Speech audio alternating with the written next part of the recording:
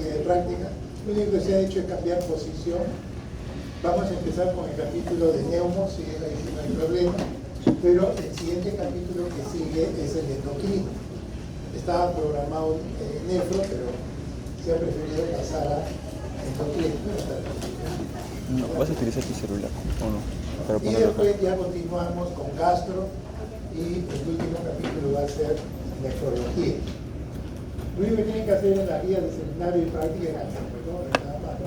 Si no, les vamos a confundir si queremos darles otras guías, para hacer un cambio. Nada más. No, es que no tengo buen internet. Y bueno, una de las cosas que se ha hecho al hacer este tipo de distribución es que cada capítulo tiene un examen. Esto es porque lamentablemente a veces cuando juntábamos los capítulos y se daban dos exámenes, como era tradicional, había capítulos que no estudiamos, generalmente neuro y son capítulos importantes. No son capítulos difíciles, sobre todo porque ahora ya esto es todavía mucho más sencillo. Pero ya uno arrastra la cara, la idea de que neuro es complicado, y ya no quieren estudiar. Y lamentablemente caen con esa falencia y avanzan en la carrera de dolor de cabeza, porque si no manejan neuro, no pueden preparar ni siquiera una solución en emergencia. Y eso que se les hace ejercicios para que sepan preparar destrozos, que es lo de común hacer, o sea, eso no es tampoco nada complicado.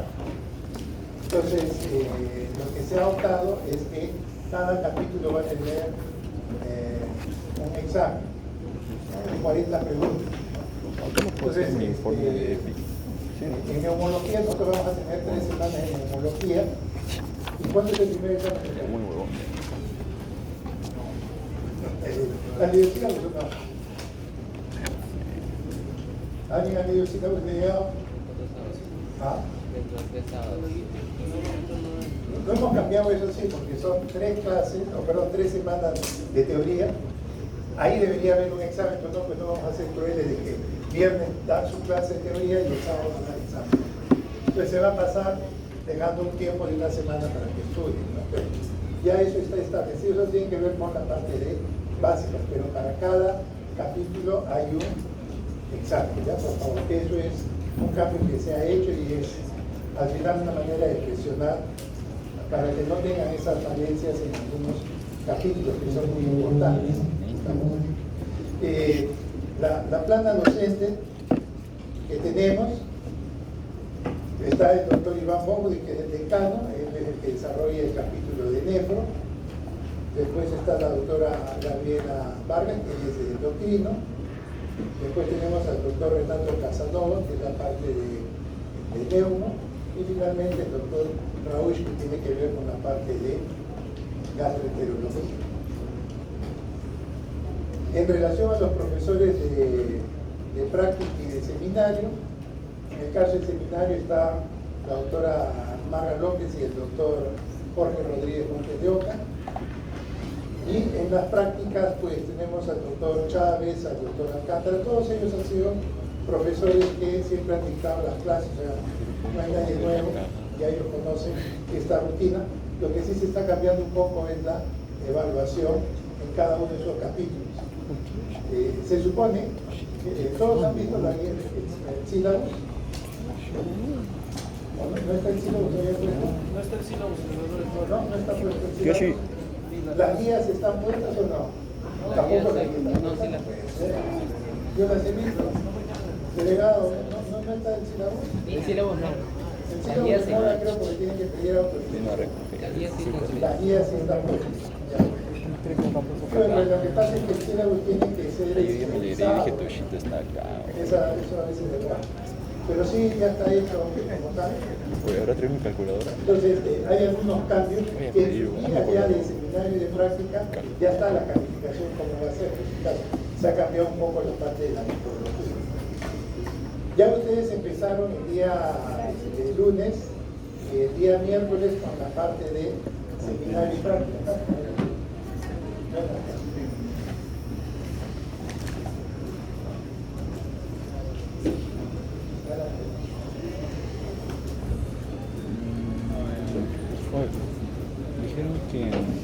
verdad es que ninguno es 100% el pasito. Entonces ya al menos les han Ninguno, explicado la seminario. metodología, En el claro, seminario. seminarios de 100% práctica. En este caso nosotros tenemos acá Ninguno. la parte de prácticas. El pasito solo es el 100%. Es el 100%. Como les digo, son siempre tres, el primer capítulo es de 3 semanas, No, pero el es un siguiente de seminario. 4. En la Seminario, segunda el parte pasito vale todo. del semestre también igual, 3 que están de gastro y 4 de neuro. Esa es más o menos la relación que se mantiene. Entonces, en el caso de las prácticas, sí no hay mayor casi variación. La rutina sí es la misma que siempre se ha llevado en Fisio 1. En el caso sí de seminarios, ahí sí hay un cambio. En el caso de seminarios hay un cambio, que lo que vale es el pasito. El paso de 5 preguntas y, ojo, también se les ha enviado una lectura complementaria para que ustedes puedan ampliar más su conocimiento. Lo que sucede es que los libros, sobre todo los libros textos, tienen a veces un atraso de 3 años o 4. Entonces hay cosas que van apareciendo. Entonces se complementa a veces con este tipo de lecturas. Y del pasito que tienen que dar, 2 preguntas vienen por si acaso de la lectura. Por si acaso, ya eso está advertido. Entonces, ese pasito es lo que casi prácticamente vale la nota de seminario. Es casi el 100%. Dependiendo de su participación, de sus presentaciones, se les agrega 1, máximo hasta 2 puntos en cada seminario, ¿no? Eso ha cambiado, eso no es lo de antes, pero eso es lo que se ha implementado para tratar de mejorar el rendimiento de ustedes, ¿no? Vamos a comprar más. Y bueno, tenemos nosotros al final, en realidad, ustedes ven ahí los temas. Las primeras semanas ha sido introducción, eso no tiene mayor Como la imagen de un Rolex. valor, pero el resto sí tiene que ser calificado. Entonces, en relación a seminarios y prácticas, ¿hay alguna duda? Porque ustedes ya han llevado seminarios y prácticas en esta semana. ¿Todo está claro? Está todo claro, no hay problema. Pero eso es lo que vamos a tener. ¿Ya? Que no se olviden de las lecturas complementarias. Tienen que revisar porque de ahí vienen siempre 2 preguntas. Siempre van a venir siempre 2 preguntas. Muy bien. Vamos a empezar ahora en relación al primer capítulo, que es la parte de respiratorio, ¿no? La parte de respiración. Tenemos 3 semanas para realizar el capítulo de neumología. Hoy hago la parte inicial, después el doctor Casanova hace la segunda y la tercera clase, en ese caso. Entonces, lo que primero tenemos que ver, que fisiología es un curso fundamental porque si bien nosotros hemos podido haber estudiado anatomía, lo cual es importante, pero lo que tenemos que ver es cómo funcionan los órganos. Porque precisamente en la alteración de la función es que se propician las enfermedades que pueden existir. Entonces, si ustedes no aprenden un capítulo de fisiología, lamentablemente van a tener una falencia terrible. ¿No? Ustedes no pueden decir este capítulo no lo leo, o este tema no lo leo. A pesar que sintetizamos nosotros los cursos, pero en realidad siempre cada vez hay que leer más, ¿no? El libro que ustedes tienen, al menos de referencia, es el Gaito. Se sigue usando el Gaito. Eso no significa que no puedan usar otros libros, pero el más importante para nosotros sigue siendo Gaito. Es el libro al menos base. Si leen otro libro, está bien, ¿no? Casi los conceptos en fisiología no cambian, sino determinados tópicos que pueden desarrollar uno que otro. Entonces, para poder nosotros establecer, al menos en lo que se refiere a la parte fisiológica, nosotros lo que tenemos que ver es irnos y centrarnos hacia la parte anatómica. Entonces, a ver, doctora, ¿cómo usted entiende la respiración? Ingresa el aire nada más lo que vamos a querer es que nosotros podamos captar algunos gases, el gas más importante para nosotros es el oxígeno, y poder eliminar el CO2. Eso es lo que finalmente nosotros tenemos que hacer, porque tenemos que realizar esa captura del oxígeno, que es importante, y lógicamente eliminar el CO2, que es el elemento más importante en el organismo, que si se acumula también genera una serie de efectos deleterios. Entonces, la respiración es eso, es poder captar, en este caso, el oxígeno, ¿no? Y por otro lado, liberar el CO2, ¿no? ¿A qué niveles podemos hacer esa respiración? ¿A qué nivel? Nivel alveolar. A nivel de los alvéolos, o sea, a nivel pulmonar, nosotros podemos hacer ese intercambio gaseoso. Captamos el oxígeno y liberamos el CO2. ¿Y dónde más podemos hacer ese intercambio? ¿Capilares? Claro, pues en los capilares, o sea, en los tejidos. En los tejidos también, ¿qué hacemos? Captamos el oxígeno y liberamos el CO2. Entonces, la respiración lo vamos a tener en ¿cuántos niveles? Pulmonar, celular, será. Entonces, ¿cuáles serían? Celular. ¿Ah?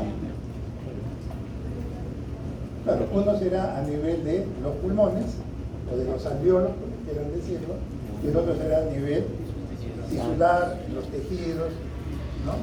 Entonces tenemos dos tipos de respiración. Los dos es el mismo proceso, captamos el oxígeno y liberamos CO2, pero lo hacemos en dos niveles distintos. Entonces lo primero que vamos a tratar de ver es que nosotros captamos del medio ambiente el oxígeno y vamos a liberar el CO2. Pero para eso nosotros tenemos lo que es el aparato respiratorio, ¿no? ¿Sí? ¿Qué es un aparato, doctora? Eso es sencillo. Conjunto de Una sola función. ¿Ah? De órgano. ¿Qué es un conjunto de órganos? Nada más. Que se relaciona. ¿Qué es un sistema, doctora? ¿Qué diferencia entre aparato y sistema? Conjunto de tejidos es un órgano. Un conjunto de aparatos. ¿Qué dice usted, doctor?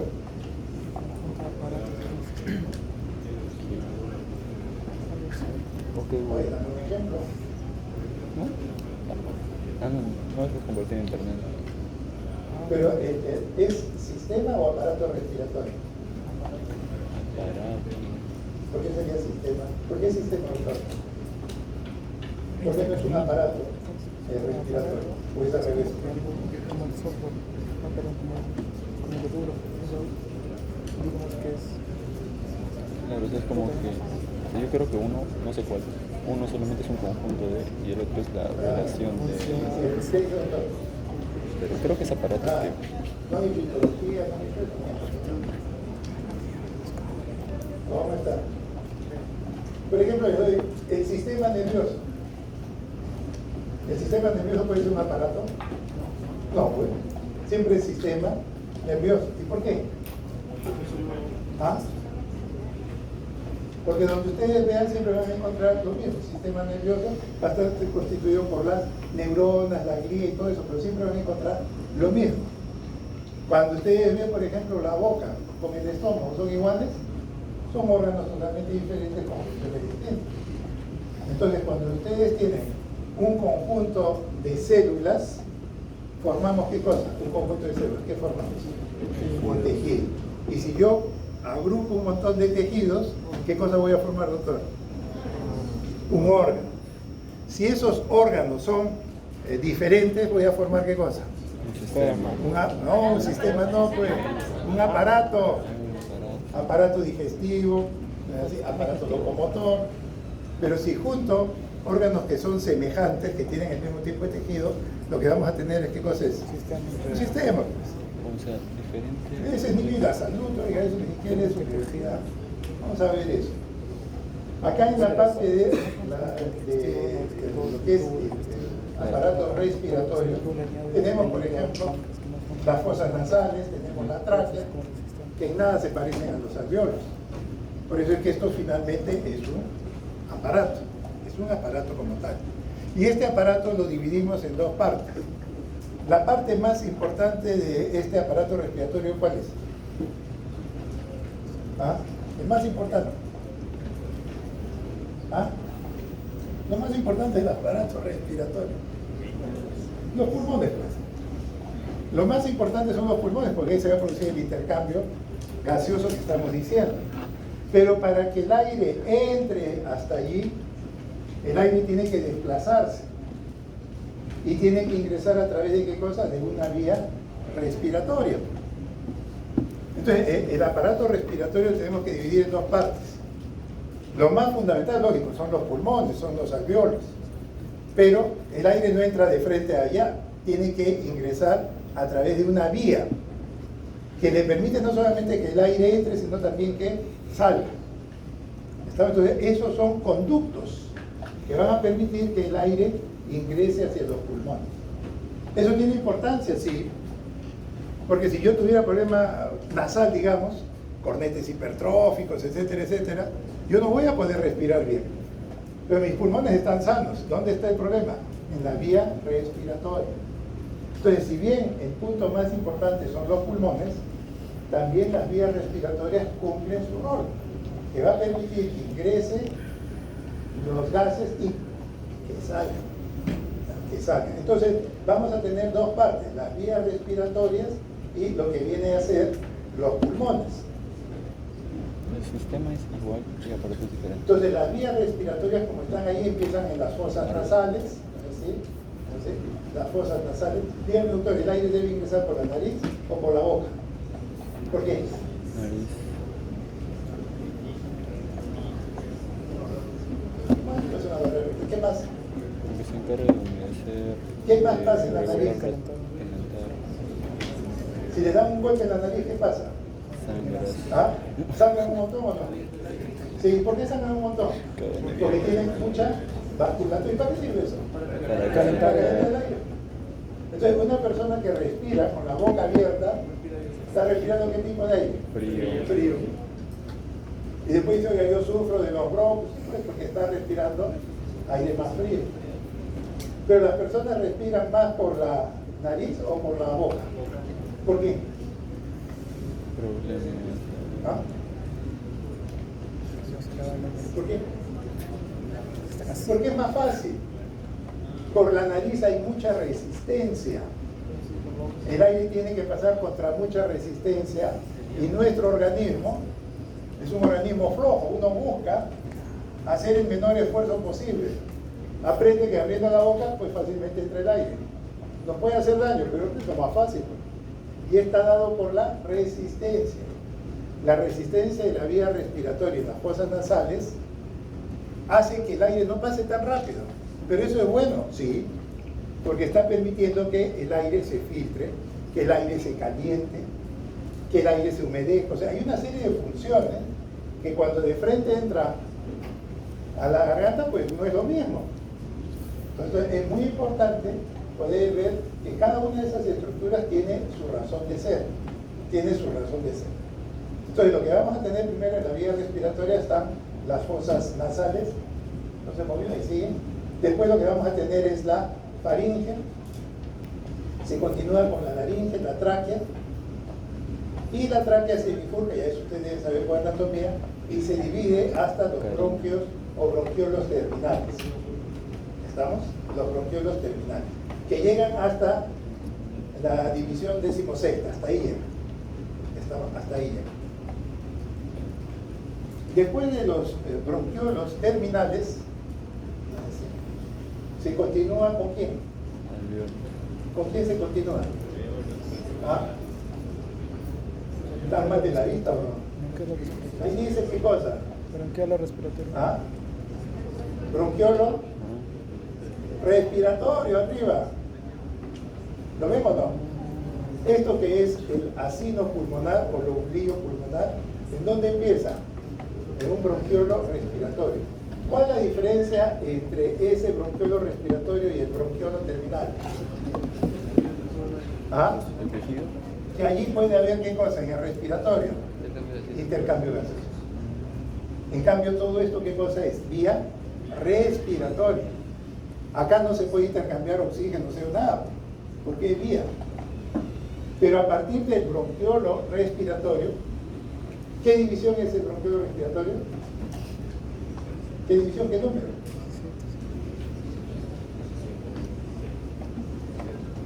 No sé, ya está. Si hemos quedado en el 16, ¿quién sigue? El 17, pues.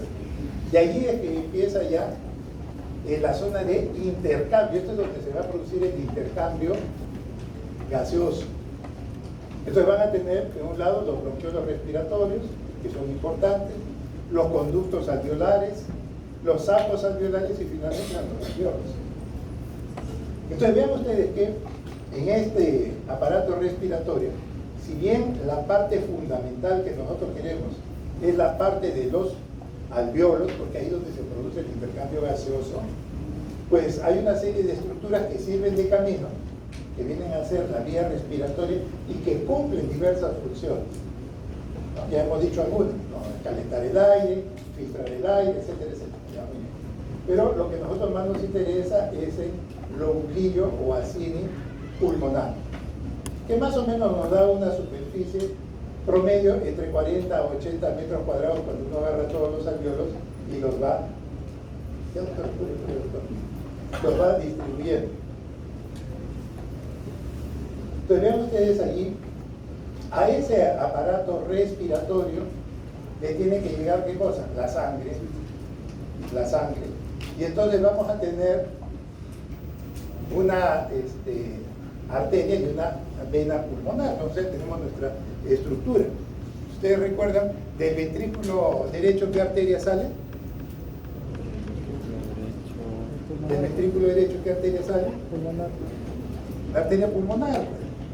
Sale la arteria pulmonar, ¿así? ¿Y cuántos mililitros lleva la arteria pulmonar en cada latido? ¿Cuántos? ¿Ah? ¿Ustedes adivinan o qué? ¿Cuánto bombea el ventrículo izquierdo del derecho en un latido normal? 120. Yo me equivocaba de esa loca. 70 mililitros. Ya, 70 mililitros bombea el ventrículo izquierdo del derecho ya. ¿Cuántos latidos por promedio tenemos más o menos en un minuto? 80. Ya, bájale un poco. 70. Entonces, si en cada latido bombeo 70 mililitros, 70 por 70, ¿cuánto es? 4.900. 4.900 mililitros. ¿Eso qué significa? Los 5 litros de sangre. O sea, el corazón bombea en un minuto, llámese el ventrículo derecho o llámese el ventrículo izquierdo, cualquiera de los dos tiene que bombear lo mismo. Porque si uno bombea más y el otro bombea menos, se empieza a producir una congestión en algún sitio. Tiene que salir de un lado y tiene que ser igual a la salida del otro, si no se congestiona algo. Entonces cada ventrículo, sea el derecho o el izquierdo, va a bombear 70 mililitros en cada latido. Tenemos promedio de 70 latidos por minuto, 70 por 70 nos da 4.900 mililitros, o sea, ahí están los 5 litros de sangre que el corazón tiene que bombear en un minuto. ¿Estamos? Pues bien, en el lado derecho del corazón lo que va a salir es la arteria pulmonar. ¿Qué tipo de sangre llega a la arteria pulmonar? CO2. ¿Ah? Ah, claro. Pueden llamarle sangre si quieren venosa, en realidad no es tan cierto, pero bueno, pueden llamarle sangre venosa o desoxigenada, también puede ser. Y esa sangre que sale de la arteria pulmonar va a ir a producir ¿qué cosa? Digamos, el mecanismo por el cual la sangre se va a oxigenar en los alveolos. Y eso es lo que se llama... ¿Ah? No, pues tiene otro nombre. Cuando la sangre se oxigena, hematosis, pues hay que sacarle con cuchara. La hematosis. Entonces, la sangre que está saliendo de la arteria pulmonar va hacia los alveolos para que se pueda oxigenar. Eso va a generar el nombre de hematosis, la oxigenación de la sangre, y vamos a captar el CO2 y ese CO2 va a regresar a través de qué estructura? A través de las venas pulmonares. Pero las venas pulmonares, en este caso, ¿qué tipo de sangre llevan? Sangre oxigenada. Estamos, sangre oxigenada. Producto de la hematosis lo que está llevando es sangre oxigenada. Entonces, los pulmones reciben la arteria pulmonar y salen las venas pulmonares. ¿Cuántas venas pulmonares son? Son 4. ¿Cómo se llaman las arterias que nutren al pulmón? Que le alimentan al pulmón. ¿Ah? Bronquiales. No te escucho. ¿Cómo se llama la arteria que va a nutrir? ¿Ah? ¿Ah? Vamos a tener arterias bronquiales. Porque estas arterias, la pulmonar, ¿qué hace? Lo que está haciendo es llevarle trabajo al pulmón. Le está llevando trabajo para que los alvéolos oxigenen la sangre.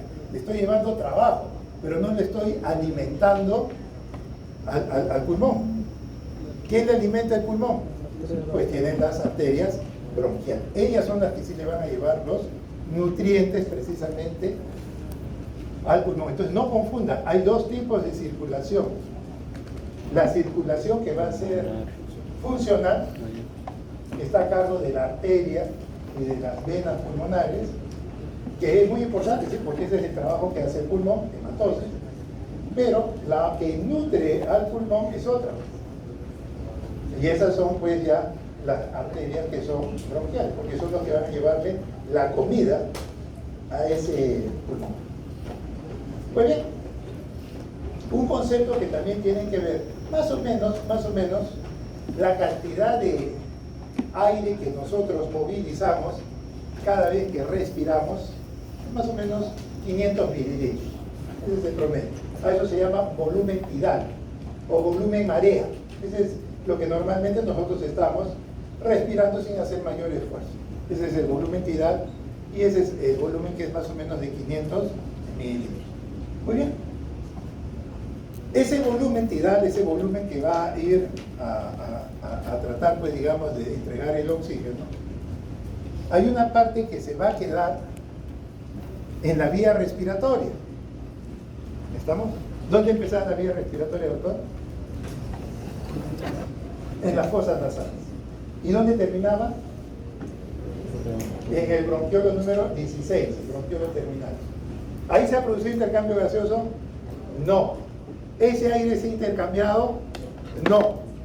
Pues bien, todo ese espacio de la vía respiratoria, a eso se llama espacio muerto anatómico, porque es anatomía.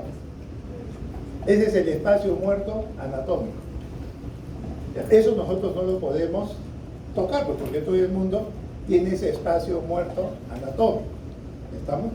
Es el aire que está en la vía respiratoria y que lógicamente no se usa, pues, porque está en la vía respiratoria y que más o menos es alrededor de 150 mililitros. ¿Estamos? Es más o menos 150. Entonces, ¿cuánto es el aire, doctora, que llega finalmente a los alvéolos? ¿Ah? 350. 350. 350 es lo que va a llegar a los alvéolos. 150 es el espacio muerto anatómico y hay la diferencia, 500 menos 150 nos queda 350. Eso es lo que va a llegar a los alvéolos para el intercambio gaseoso. Entonces, el espacio muerto anatómico,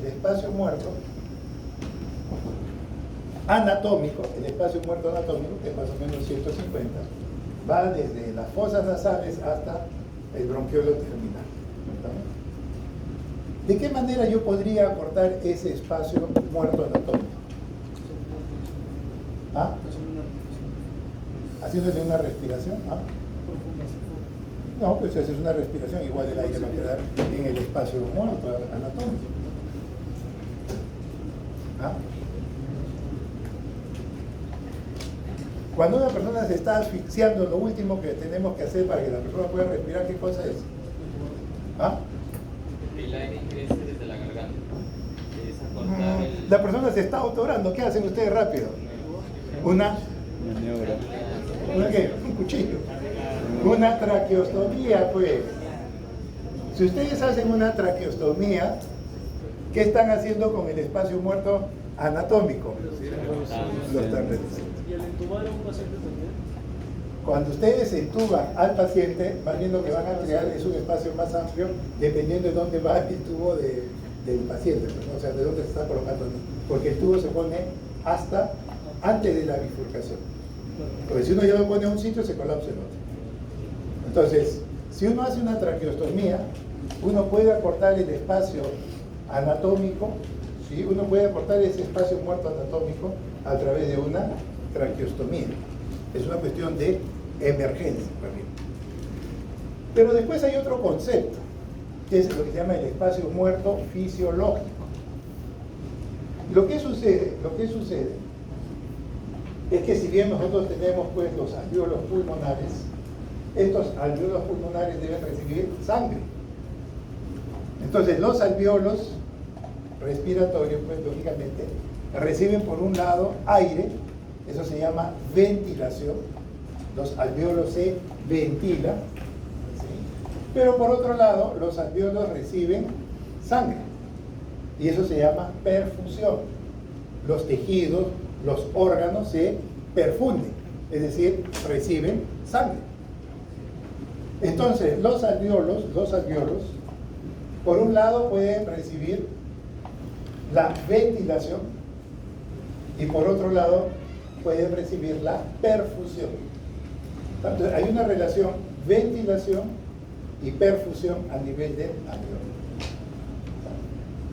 Ahora, yo puedo estar, por ejemplo, de pie, y al estar de pie, por mi posición, la ventilación, los gases en el pulmón, yo estoy de pie.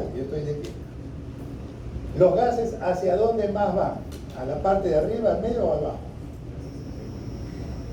¿Hacia dónde van los gases? ¿Abajo?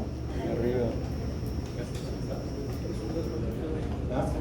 Como el aire pesa menos, el aire se va hacia arriba. ¿Y hacia abajo qué va? La sangre. O sea, lo que les quiero decir es que las partes superiores van a estar mejor ventiladas, pero no perfundidas. No digo que no se perfundan, estoy diciendo se ventilan más que lo que se perfunde. Y la parte inferior de los pulmones, por efecto de la gravedad, ahí se va la mayor cantidad ¿de qué? ¿De aire? De sangre. Entonces la parte inferior de los pulmones, más bien, se ventilan menos y se perfunden más. Entonces vean ustedes que la relación ventilación-perfusión no es pareja. Una cosa es estar de pie y otra cosa también es estar de decúbito, porque el decúbito ya no va a ser el ápice lo que está arriba. Ahí voy a tener lo que está encima y lo que está debajo. Cambia la posición. Y lógicamente, sentido común, la gravedad hace que la sangre vaya hacia la parte inferior y que la ventilación vaya a la parte superior. No significa que se va a ir todo, sino que va a ir más, por efecto de la gravedad, la sangre se va más hacia la parte inferior, más, no digo que es lo único, y en cambio se produce más bien la ventilación mayor en los alvéolos que están en la parte superior. Conclusión, la ventilación y la perfusión no es homogénea. No es homogénea. Hay sitios mejor ventilados y hay otros sitios que pueden estar mejor perfundidos. Y deben haber sitios ideales. Se ventilan y se perfunden bien. ¿Estamos? Pero bueno, ¿eso qué nos va a traer? De que van a haber sitios en donde precisamente se ventila, llegan los gases, pero no llega la sangre. ¿Se producirá intercambio gaseoso? ¿Ah? No, pues si no hay sangre, ¿con quién va a ser intercambio gaseoso? Entonces, ¿ese aire se usa o no? No se usa. Entonces pasa a ser lo que se llama el espacio muerto fisiológico. El espacio muerto fisiológico son alvéolos que están ventilados pero no perfundidos. Están ventilados pero no están perfundidos. Y entonces, como ese aire no se utiliza, no hay intercambio gaseoso. Eso es lo que se llama el espacio muerto fisiológico. Uno es el anatómico y otro es el fisiológico, porque eso va a depender de la función del cuerpo. Las ventilaciones y las perfusiones, dependiendo de lo que yo esté en determinada posición o haciendo determinado tipo de actividad, cambian. Por eso se llama espacio muerto fisiológico. ¿Estamos? Entonces, ¿debería existir el espacio muerto fisiológico? En teoría no debería existir, porque todo debería ser equilibrado. Esa es la teoría. En la práctica sí hay. En la práctica sí hay ese tipo de desequilibrio, pues eso es algo que existe normalmente, pero que en teoría no lo deberíamos considerar, pero es lo real, ¿no? Entonces eso es lo que tenemos que ver en relación a la ventilación y a la perfusión. Entonces, si bien lo más importante del aparato respiratorio es lo que viene a ser el intercambio gaseoso entre oxígeno y CO2, el aparato respiratorio también cumple otras funciones.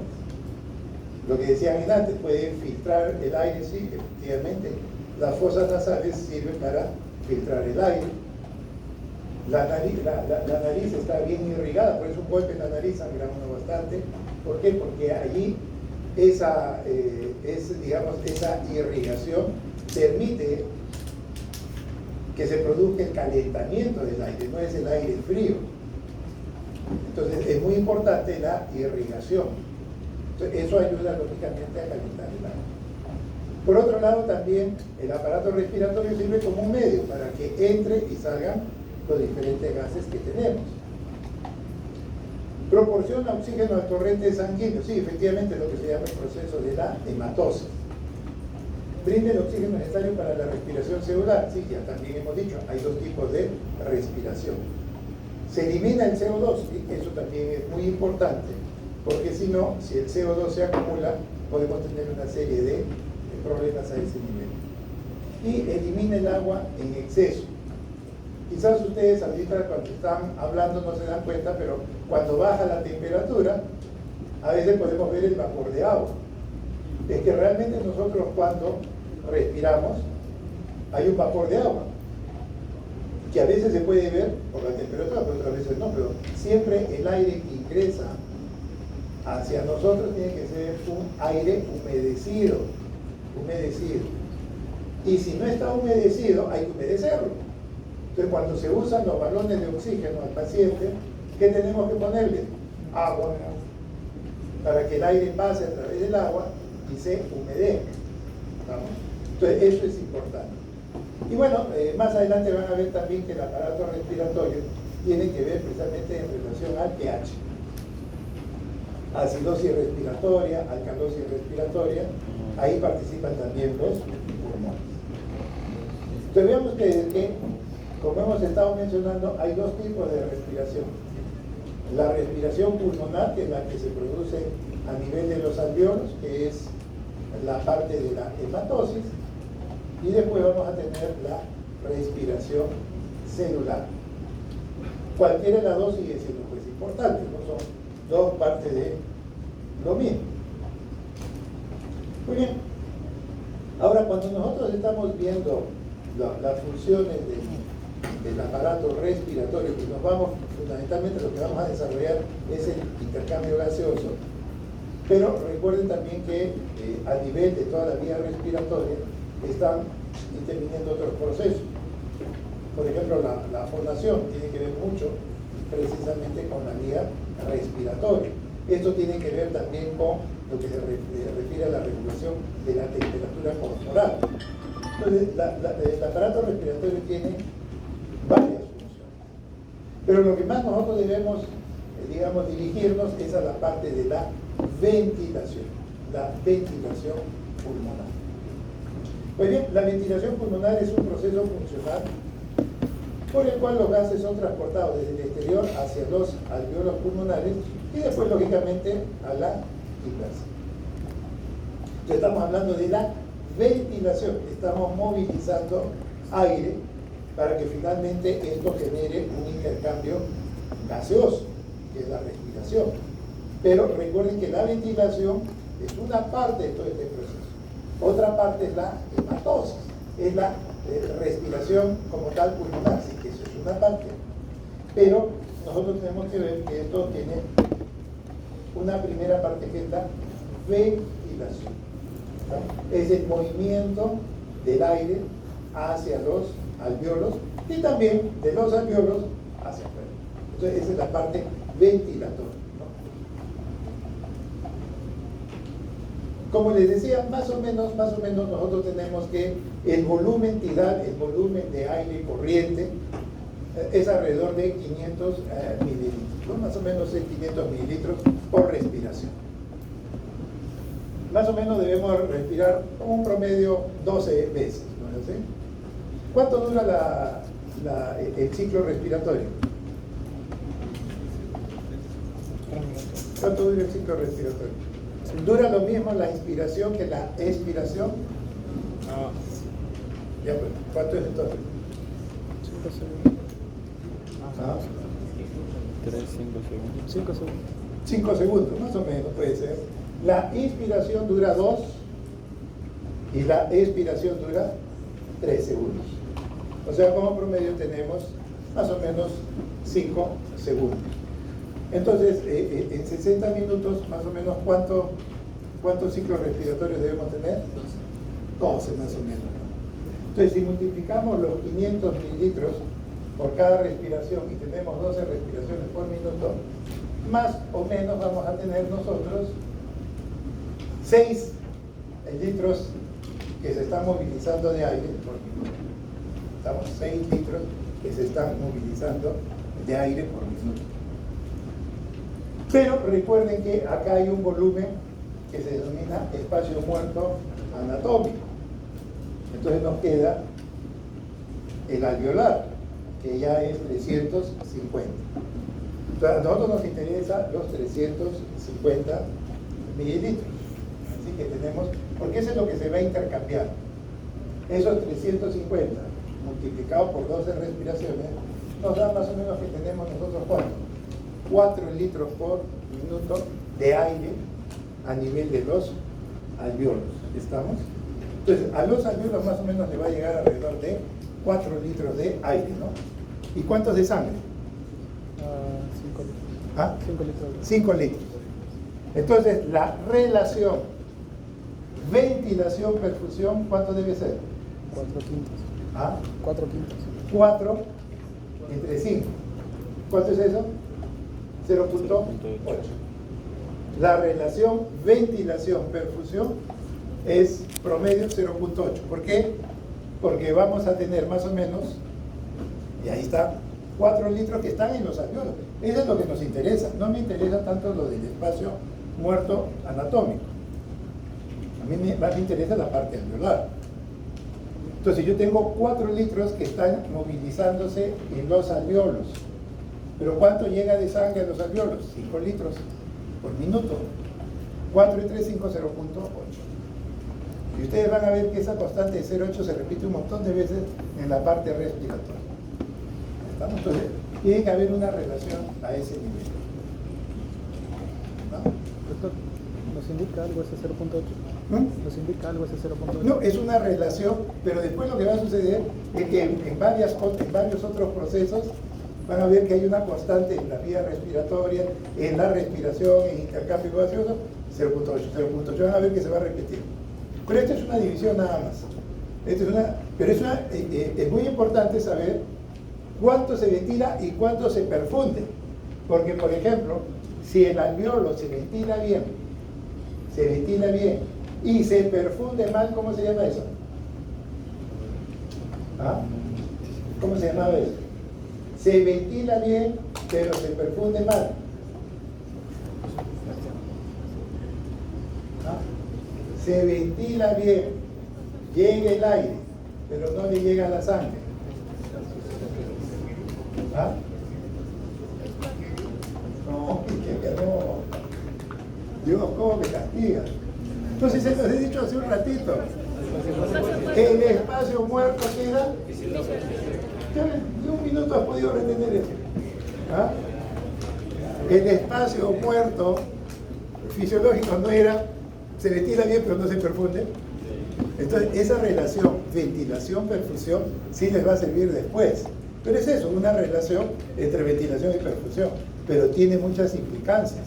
Tiene muchas implicancias en las enfermedades. Si yo tengo un trombo, una tromboembolia pulmonar que me tapa, me obstruye la sangre que va hacia los alvéolos pulmonares, ¿qué voy a estar creando? Una alteración de la ventilación-perfusión. Y eso está generando el espacio muerto. Si bien es una relación, sí tiene utilidad, pero es una relación entre ventilación y perfusión. ¿Está? Doctor, ¿usted ha hecho alguna vez reanimación cardiopulmonar? ¿Quién ha hecho reanimación cardiopulmonar? Nadie. ¿Han hecho aunque sean las prácticas? ¿Y han dado respiración al muñeco? ¿Los médicos estamos obligados a dar respiración? ¿Boca a boca? No estamos obligados, lo deberíamos hacer. Pero ante tantas enfermedades a veces el médico ya no quiere hacer, pero eso está mal. El que no está obligado realmente es el público lego. Pero el médico sí debe saber dar ventilación y debe tratar de hacerlo. Lógico, hay una serie de consideraciones que no son a veces las que figuran en los libros, pero a veces ante un paciente joven que está mal, uno le da ventilación. No me interesa quién sea, porque ya es la desesperación de salvar la vida a un paciente. Entonces, cuando yo le doy la respiración a un paciente, yo le estoy dando la ventilación, le voy a dar, ¿así? El aire que está saliendo al principio es un aire con oxígeno o sin oxígeno. El aire que sale primero cuando yo le doy la respiración boca a boca al paciente, ese primer aire, ¿tiene oxígeno o no? ¿Sí tiene? Ah, no tiene. ¿Por qué? ¿Y dónde se fue el oxígeno? ¿Quién se lo consumió? Claro, el otro está muerto, el otro no está respirando. Es el mismo lo que le estoy dando. Cuando yo expiro, ¿ah? Sí.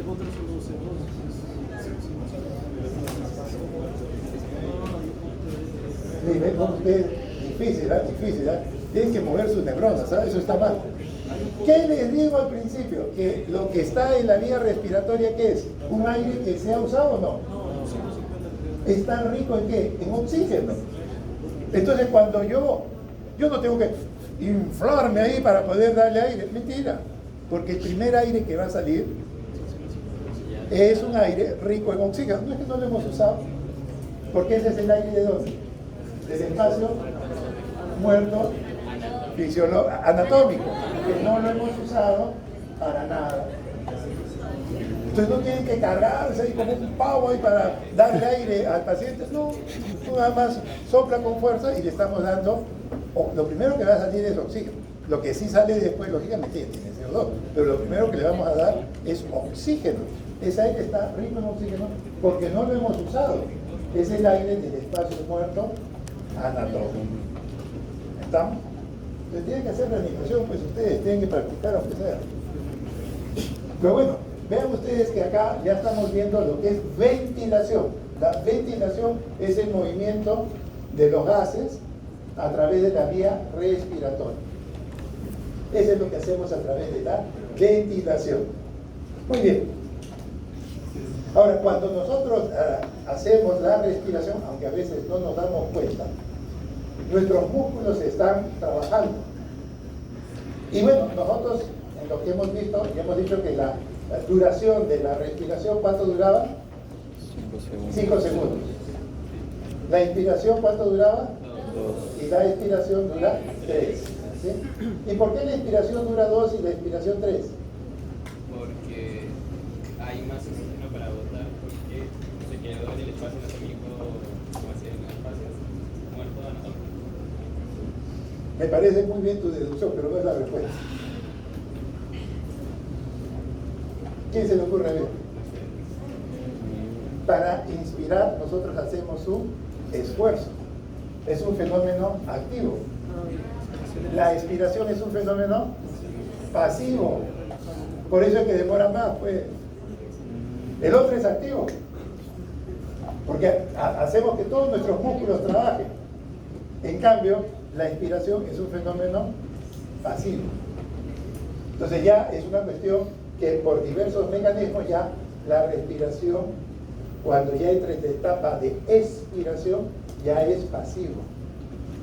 Entonces, en la inspiración tenemos que gastar energía, tenemos que hacer que los músculos inspiratorios funcionen. ¿Cuál es el principal músculo inspiratorio? A ver, doctor. El diafragma. El diafragma es el principal músculo y que tiene una posición especial entre lo que es tórax y abdomen.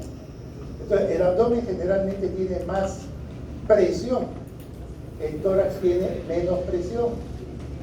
Entonces, ¿qué va a suceder en el reposo? En el reposo, en el abdomen tenemos más presión, en el tórax tenemos menos presión. El diafragma es un músculo plano, pero como hay mucha presión en el abdomen, ¿qué hace al diafragma?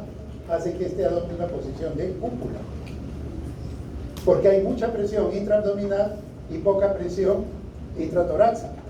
Por eso se habla de presión negativa intratorácica. ¿Por qué? Está hablando en relación al abdomen. En el abdomen tenemos más presión que en el tórax. Por eso decimos, en el tórax tenemos presión, entre comillas, negativa. Y por eso es que el diafragma adopta una fórmula o una posición o una ubicación que hace finalmente que ese músculo, cuando entra en reposo, dibuje o describa una cúpula. ¿Estamos? Eso es cuando está en reposo. Cuando ese músculo se activa, cuando ese músculo trabaja, ¿qué va a hacer? Se aplana. ¿Estamos? Se aplana. ¿Y qué va a pasar con la caja torácica? La caja torácica, el volumen tiende a aumentar. La caja torácica tiende a aumentar. ¿Estamos? Entonces vean ustedes, el diafragma es uno de los músculos más importantes que tienen que ver con, precisamente con el fenómeno de la inspiración y también de la expiración. Pero en la inspiración tiene una función activa, mientras que en la expiración es un fenómeno pasivo. ¿Vamos? Y vean ustedes que esto puede desplazar medio, 1 centímetro, no es mucho, pero para toda la capacidad nuestra, para toda la jaula torácica, es bastante. Uno dice, no, pero bajó medio centímetro, se aplanó 1 centímetro, es poco. Uno quizá podría decir poco, pero en realidad desde el punto de vista funcional, eso significa bastante. Entonces, como vamos a ver después, hacemos por ahí.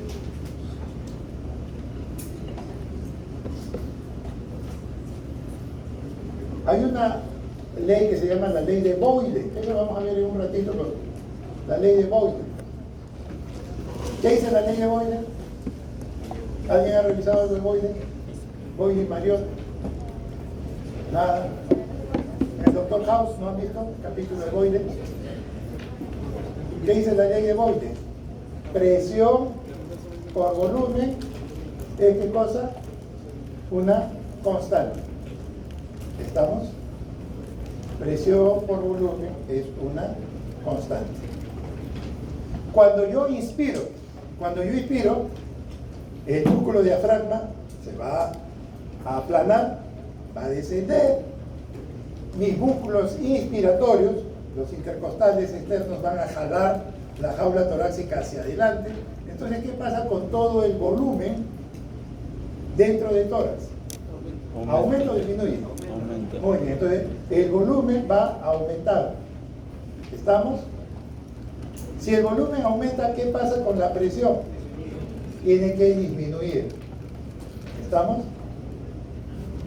Entonces, si la presión dentro del tórax disminuye, ¿qué va a suceder? El aire que está afuera tiene que entrar. Esa es la inspiración, basado en la ley de Boyle y Mariot, en donde presión por volumen es una constante. Cada vez que yo inspiro, la jaula torácica se va a expandir y el volumen tiende a aumentar. Pero por la misma ley, el volumen debe disminuir, la presión disminuye. Al disminuir la presión, recuerden que nosotros estamos en relación con nuestro medio externo, con la atmósfera. Pero si mi presión intrapulmonar se hace menor, el aire que está afuera por gradiente de presión, más presión, menos presión, el aire entra. Y se produce el fenómeno de la inspiración. Pero ¿hemos gastado energía o no? ¿En qué? En los músculos. Es que los músculos trabajan. Y tenemos que utilizar fundamentalmente los intercostales, el diafragma, pero también entran otros accesorios cuando queremos hacer una respiración más profunda. Entonces vean ustedes, es un principio muy fácil. Si yo aumento en la inspiración mi jaula torácica, mi volumen intratorácico, la presión dentro de esta jaula torácica disminuye en relación al medio ambiente. Disminuye en relación a la atmósfera. Afuera hay mucha presión, adentro hay menos. ¿Qué debe pasar? El aire va a estar. El aire va a estar. Pero acá yo he hecho gasto de energía, ¿por qué? Porque sencillamente estoy haciendo que los músculos se contraigan. Estoy gastando ATP, estoy gastando energía. Esto es un fenómeno activo, es un fenómeno activo. Entonces vean ustedes, acá ya incluso se adelantó la figura, no sé por qué.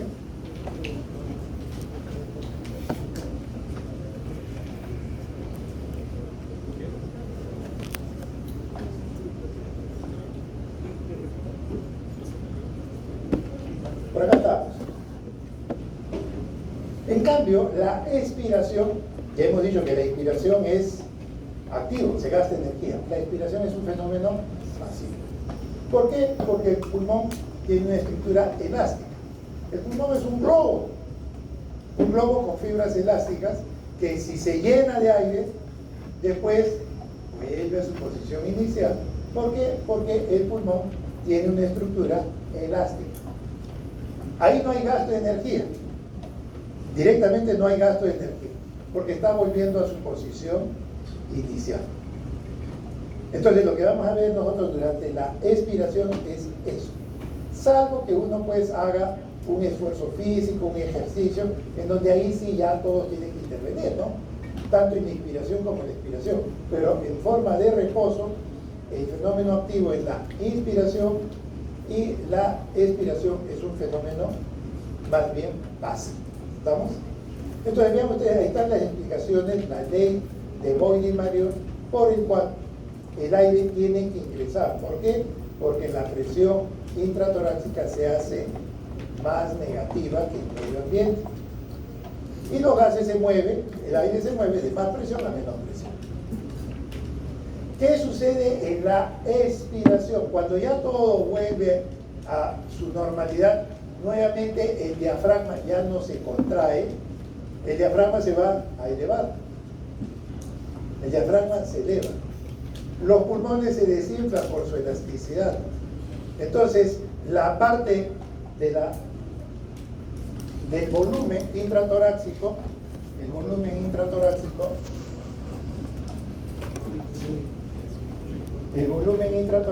¿qué va a suceder ahora?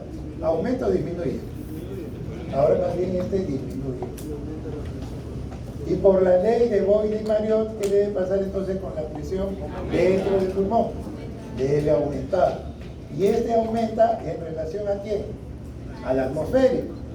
Tengo mucho adentro y poco afuera, aumentó. ¿Qué tiene que hacer ahora? La expiración. ¿No? Entonces vean ustedes, esto es, la ley de Boyle-Mariot determina el movimiento del aire. Y ese movimiento del aire, ¿qué cosa es? La ventilación, que va a asegurar que el aire ingrese para un intercambio gaseoso y que después también tiene que sacarlo. Entonces, esa es la ley de Boyle-Mariot. ¿Estamos? ¿Qué otra ley más hay? Aparte de la de Boyle. En gases. ¿Qué otra ley? La ley de la motocicleta, de los autos. Claro, no lean. Vean, hemos quedado, al menos me dijeron eso, que todos iban a venir leyendo. No en la siguiente clase primero te toman un examen. Por eso no se mira a leer. En algunos sitios, no acá, lógicamente, el profesor le dice, ¿hay alguna pregunta? No, me preguntas, chao, se acabó la clase. Porque supone que ustedes han leído Y lo que tiene que compartir el profesor es pregunta. Pero si no han leído, lógico, no van a poder tener mayor participación. La idea es que vengan leyendo. No les digo que lean todo el gaito, pero lean algo para más o menos poder más o menos ir extendiendo esta parte. Bueno, entonces esto es lo que estamos viendo, la parte de la inspiración y la expiración. No sé por qué las imágenes de pasan solas, debe haber algún título acá. Pero ya lo fundamental es que vemos, la inspiración es un proceso activo y la expiración es un proceso pasivo. Eso que va a determinar el movimiento de volúmenes de aire, es decir, lo que es la ventilación. Y de esa manera aseguramos que llegue el aire hacia los alveolos. ¿Estamos? Muy bien. Ahora, lógicamente, dentro de todo esto se manejan una serie de principios de la física. Porque entra uno, por ejemplo, estábamos viendo la ley de Boyle y Mariot, después hay otro, el de Gay-Lussac, etcétera, la ley de Henry, todas esas leyes que hay. Pero nosotros vamos a usar solamente la de Boyle ahora, porque es la que tiene que ver con el movimiento de la ventilación, ¿no? Lo que estamos utilizando el aire. Entonces, ¿qué sucede? La presión dentro de los alveolos, porque todo el aparato respiratorio, todo está conectado con el medio ambiente y maneja presiones. No piensen que la persona abre la boca y no hay nada. No, lo que pasa es que nosotros tenemos un volumen, hay vapor de agua, otros medios que están en toda la vía respiratoria y que están funcionando cada uno de ellos. Entonces, el motivo por el cual la inspiración y la expiración duran diferente es que, dijimos, la inspiración es un fenómeno de qué tipo? Activo, y la expiración es un fenómeno pasivo, ¿no? Eso es en forma general, pero también se producen gradientes de presión.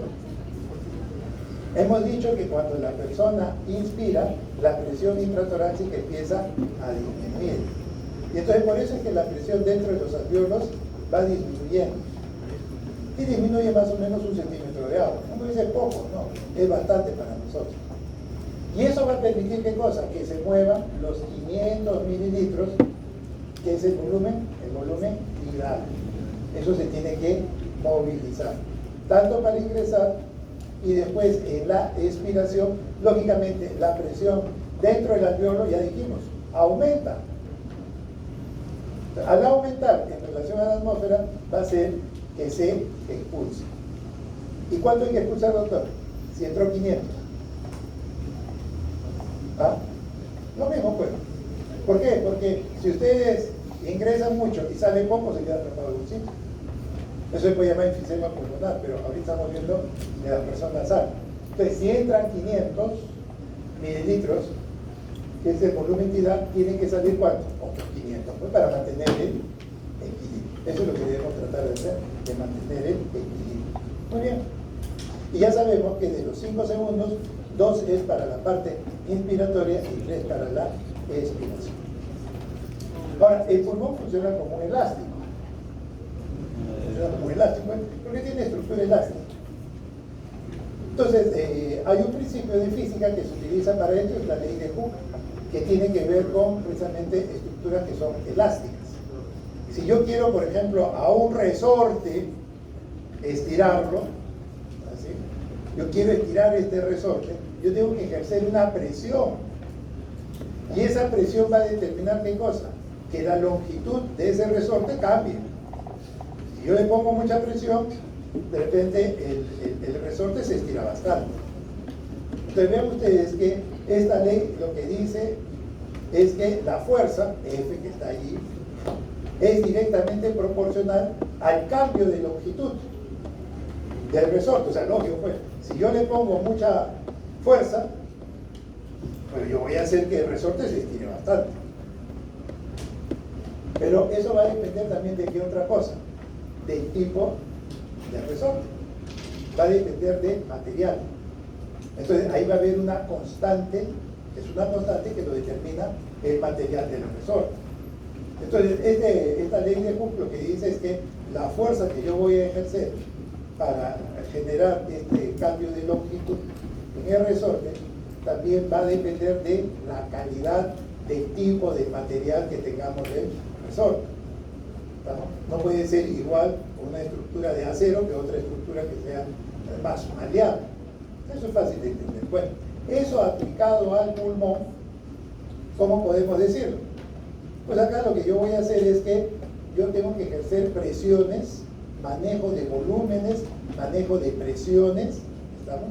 Entonces yo lo que voy a decir, aplicando esta ley de Hooke al pulmón, yo lo que voy a determinar es que yo, dependiendo de mi gradiente de presión, voy a generar que el resorte se estire. Sí, pero no estamos hablando del resorte, estamos hablando del pulmón. Entonces, dependiendo de la presión que yo ejerza sobre el pulmón, ese pulmón se va a expandir. No se va a expandir, es decir, se va a llenar de aire. Es lo mismo, pero aplicado acá. Lógicamente también esto tiene una constante, y la constante nos va a dar la rigidez del pulmón. Igual que un acero que es rígido, el pulmón también tiene una rigidez. Tampoco piensen que el pulmón es solamente un globo, tiene cierto grado de rigidez. Aún así, si fuera un globo, cuando ustedes soplan, tienen que hacer un esfuerzo, porque tiene una rigidez. Hay elasticidad, pero también hay rigidez. Entonces, ¿qué es lo que vamos a ver acá? Que dependiendo de la presión, si yo le pongo mucha presión, si la gradiente de presión es muy alta, lógicamente el volumen de aire que va a entrar es mayor. Pero va a depender de qué cosa, de la, en este caso, de la rigidez de quién. ¿Me sigue o no? ¿La rigidez de quién? Del pulmón.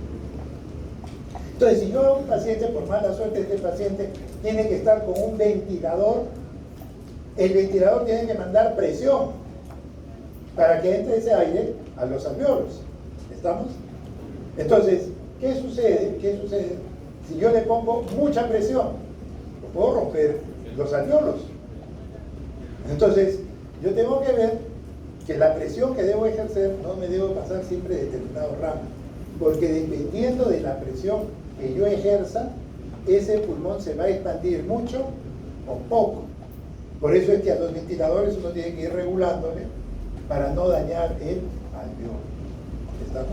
Pero si bien la presión va a determinar las variaciones en el volumen, esto va a depender de qué otra cosa, doctor. ¿Cuál era la otra variable que faltaba? Hemos visto presión, hemos visto cambio de longitud o en cambio de volumen. ¿Qué falta el otro? El otro que era la K, la rigidez. ¿Por qué? Porque el pulmón de un niño, pues su rigidez es muy pobre, es baja, es muy pequeña. Porque el pulmón todavía pues, recién está formado. Pero de una persona de 80 años, ¿cómo será su pulmón? Más rígido. Entonces, dependiendo de eso, yo ya tengo que empezar a manejar otros parámetros.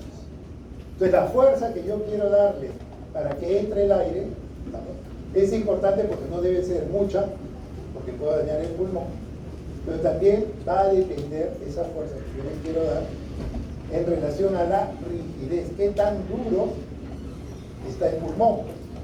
En personas jóvenes el pulmón va a ser muy fácilmente distensible, pero en gente ya mayor ya empieza a haber una mayor rigidez. Entonces vean ustedes que es muy importante entender que la elasticidad en el tiempo, ¿qué pasa con los elásticos de la ropa? No funcionan, pues empiezan ya poco a poco a deteriorar.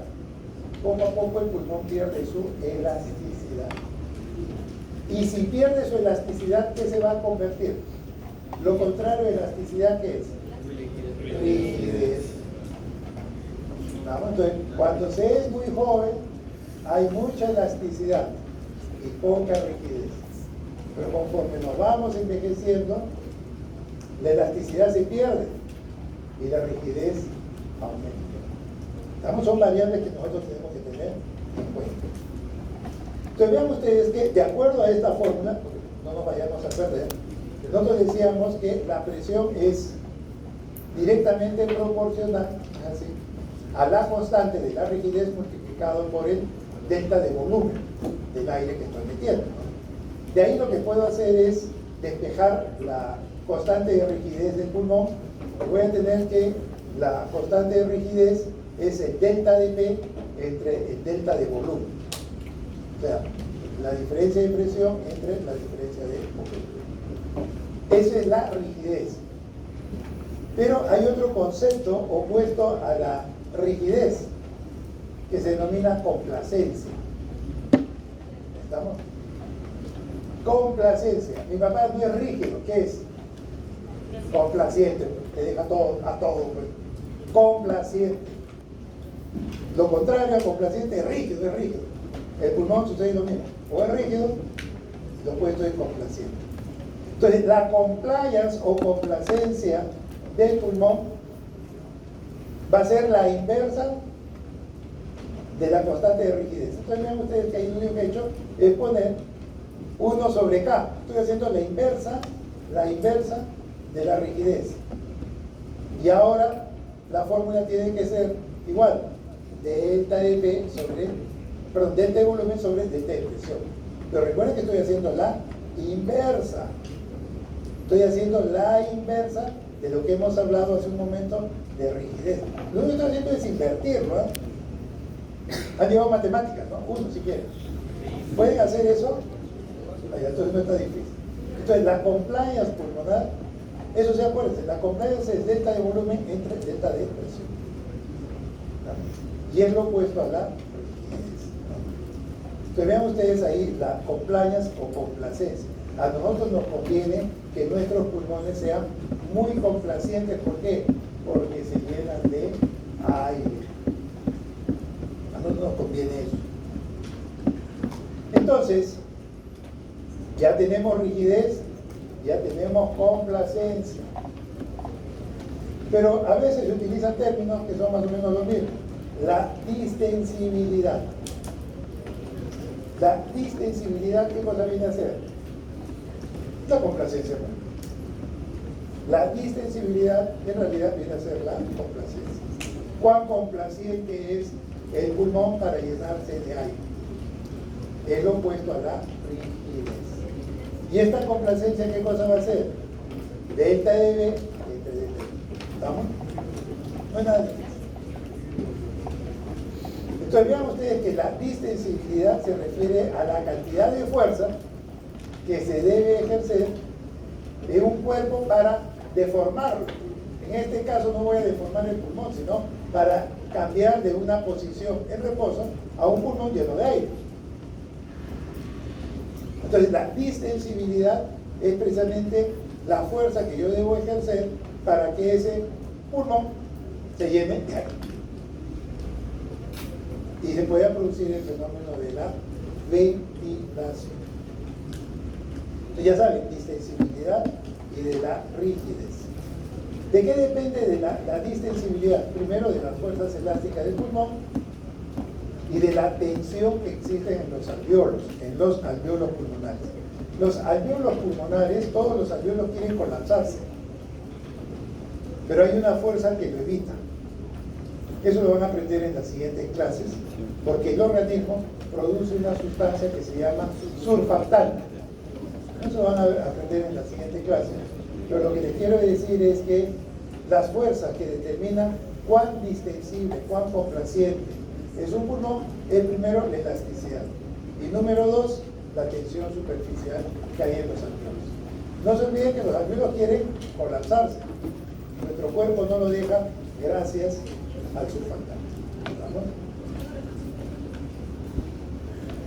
Entonces, ojo, distensibilidad, la distensibilidad no necesariamente es sinónimo de elasticidad. Distensibilidad, ¿qué capacidad? La distensión, ¿qué capacidad de llenarse?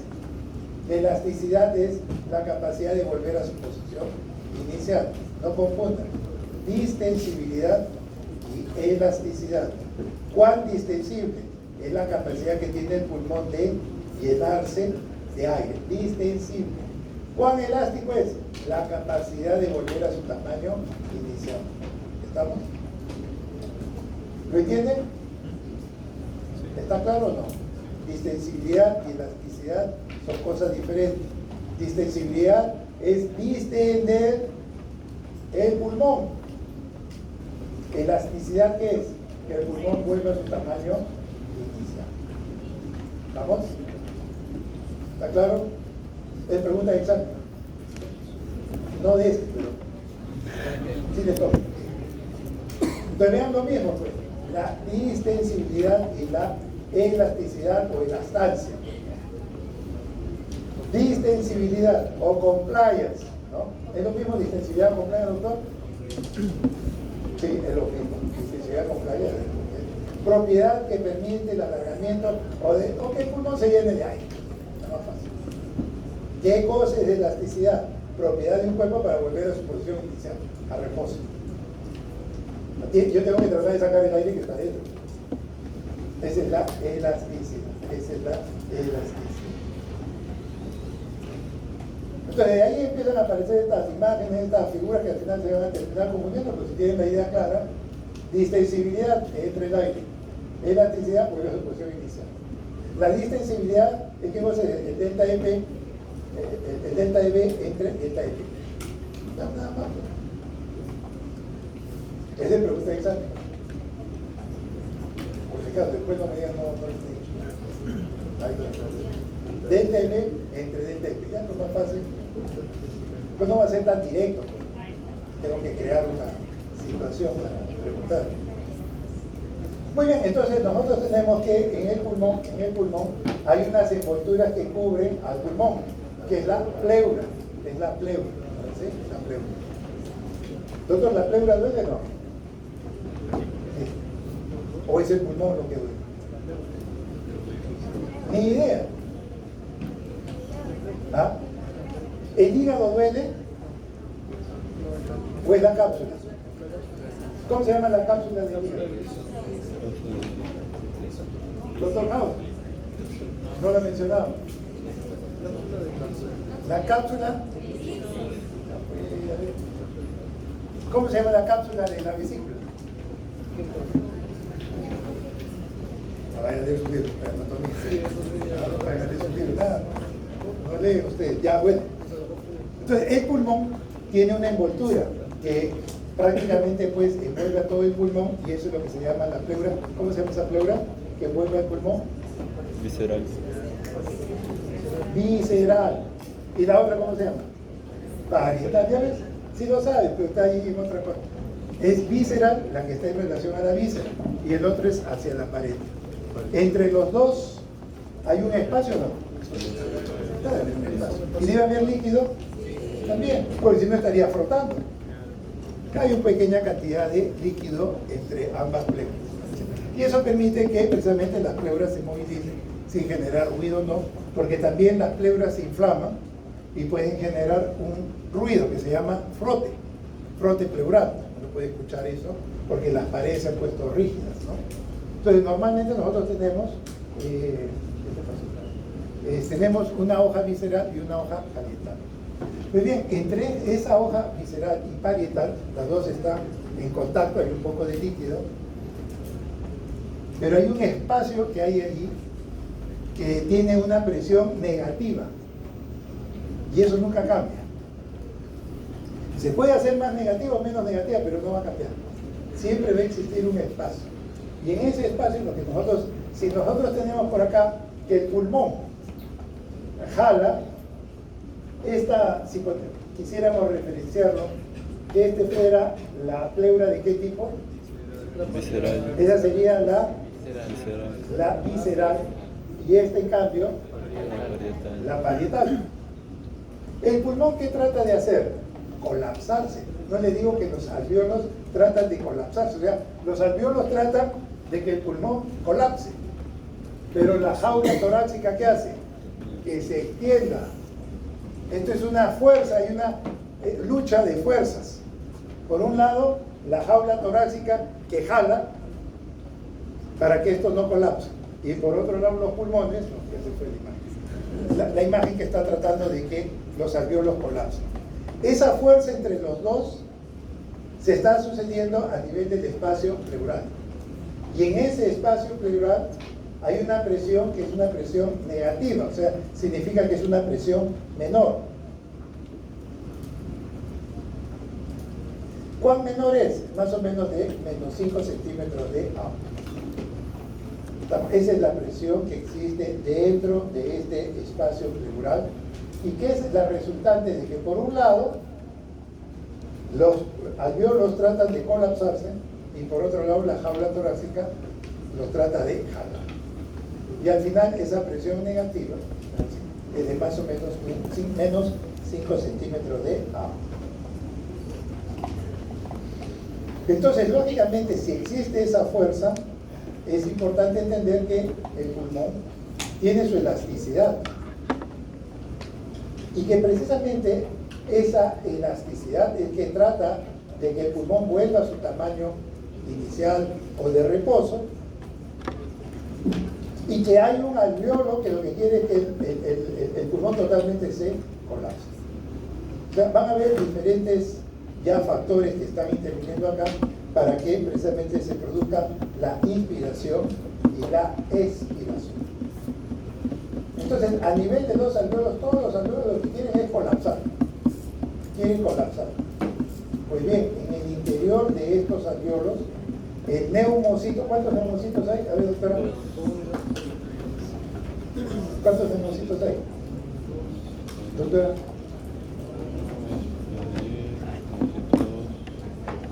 Nada. 2. El 1 y el 2. ¿Qué hace el 2? Produce surfactante. ¿Y el 1? ¿El 1 qué hace?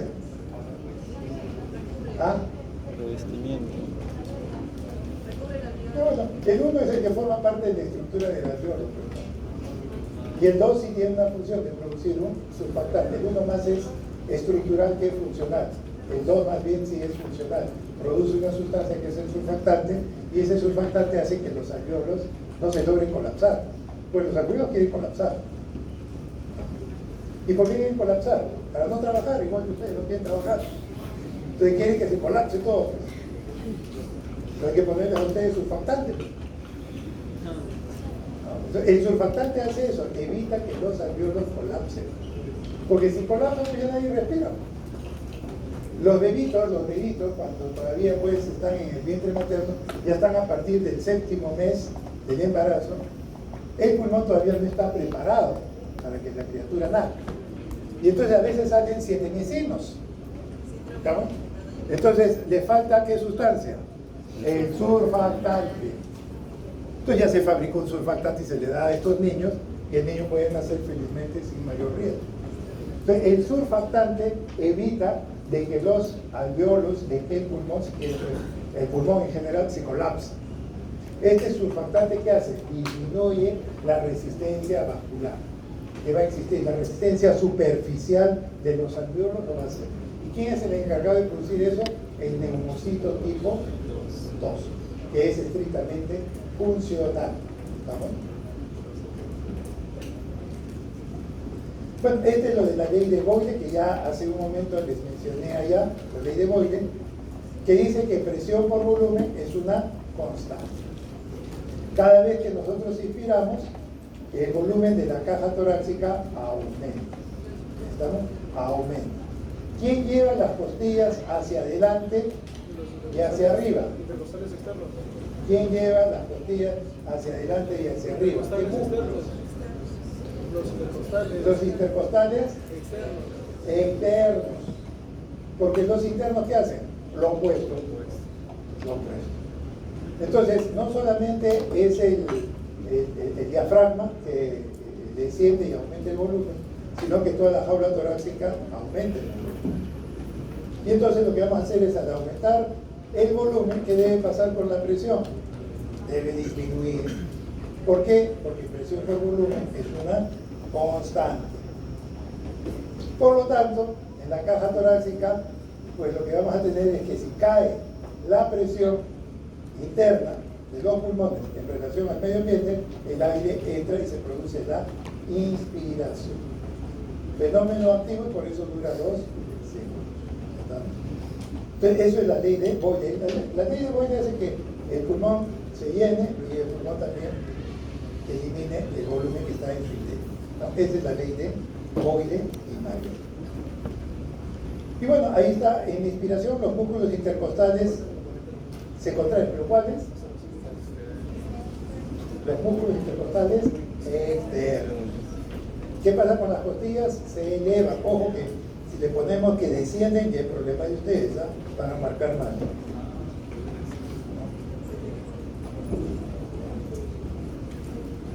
El diafragma se contrae y lleva los pulmones hacia abajo, la caja torácica aumenta de volumen y el aire entra a los pulmones. Esto es fácil. La expiración, lo contrario, más sencillo, pero es un fenómeno fundamentalmente pasivo. En realidad no es pasivo, sino que gasta menos energía. Pero se considera pasivo, ¿no? Como tal. Pero siempre hay gasto de energía.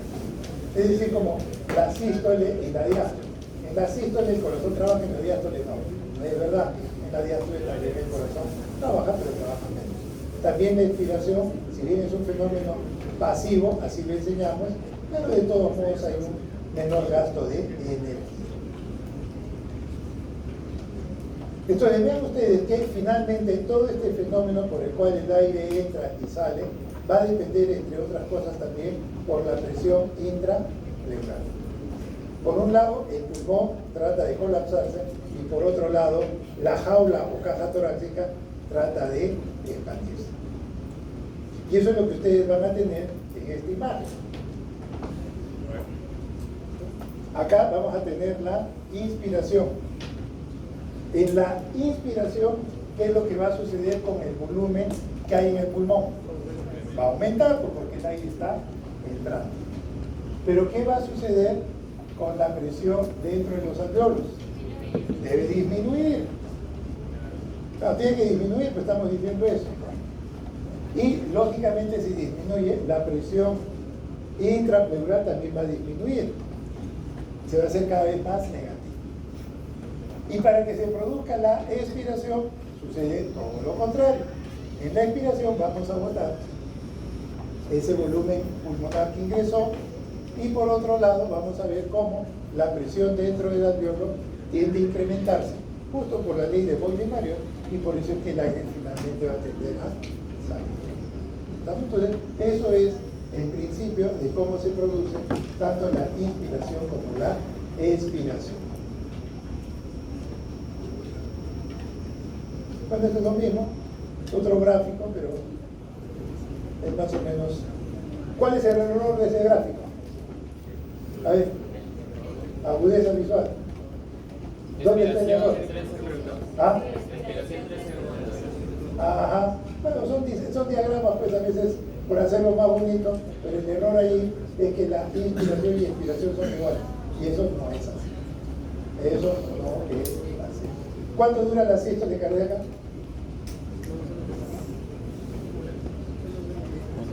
¿Cuánto dura la sístole cardíaca? ¿Cuánto dura? ¿Ah? No escucho. 3 segundos. ¿Sí? 3 segundos. Nada, esto no han leído nada todavía, Carlos. La sístole.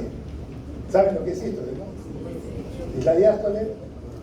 ¿Cuánto dura todo el ciclo cardíaco? A ver. 1 o 2 segundos. No, ¿cómo me castiga? Soy cardiólogo, ya no voy a tener que ir cardiólogo. 9 décimas de segundo. 9 décimas de segundo. ¿Han llevado cardiología? No, o es una broma. Estamos llevando oficio 1 junto con oficio 2. No, pero hay algunos que ya han llevado, creo. Están acá en el oficio 3, creo. Oficio 4. No sé ya cómo está. Pero eso enseñan en Besiel. En el colegio enseñan en Niño y la Salud. Si esto le diasto, después no pueden saber. Bueno. Entonces, acá lo que tenemos que tener en cuenta, sí, a veces uno por una cuestión nada más de diagramación puede ser interesante, pero por ejemplo, este es un error de la persona que lo quiso hacer, porque por eso hay que tener en consideración que a veces puede salir muy bonito la imagen, pero hay ciertos errores. Muy bien. Ya, ahí está. Ingreso del aire en la inspiración. Para que ingrese el aire a los alveolos hay que vencer ¿qué cosa? La resistencia, es lo que yo les decía. ¿Dónde empieza la resistencia? En la fosa, desde ahí empieza a haber resistencia para que el aire pueda ingresar. ¿Estamos? Entonces, la resistencia uno lo que busca a veces es el instinto de la persona. El instinto de la persona es tratar de no hacer esfuerzo. ¿Estamos? ¿Un niño debe succionar el techo o tomar biberón? El niño, si le dan el biberón, ¿qué hace? Abre la boca y cae la leche. Y ya no quiere el pezón de la mano. ¿Por qué? No hace fuerza. No hace esfuerzo, pues. ¿Y qué quiere el niño? Flojo. Es flojo, pues, todo el mundo por naturaleza es flojo. Todo lo que se inventa, la ilustradora, todo, es para dejar de trabajar, pues. Esa es nuestra meta, no trabajar. Bueno, entonces, lo que sucede es que en el caso de la succión, por ejemplo, del pezón, el niño tiene que hacer un esfuerzo para que la leche salga. No piensen que es un caño que le va a llegar, el biberón simple. Entonces, en este caso también uno tiene que tener en cuenta lo que va a suceder en lo que significa el aire. El aire tiene que atravesar la vía respiratoria, pero eso genera resistencia. Y entonces la persona lo que quiere, no, eso ya no es consciente. Eso ya son cosas que uno tiene como parte de la especie, de su instinto, ¿no? Supongo que ustedes han ido al cine.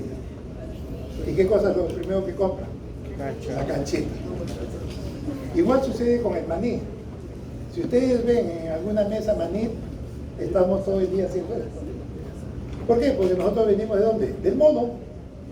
Y al mono lo que le gusta el maní es el grano. Por eso es que nos manejan de esa manera y nos dan cancha para que la persona esté haciendo esto. Es un instinto. Eso no lo podemos cambiar, es un instinto, esa es nuestra naturaleza. Entonces hay personas que son capaces de ir viendo nuestro comportamiento. Por eso les toman a veces, les graban, a ustedes no se dan cuenta, pero les están grabando para entender su comportamiento. ¿Por qué no estudian estos alumnos? Dios mío. Y tratamos de descifrar eso y no podemos. Pero eso ya depende de ustedes. Entonces, ojo, hay situaciones en donde nosotros lo que vamos a tener es que son fenómenos que van a ocurrir. Vamos a volver nuevamente ahí.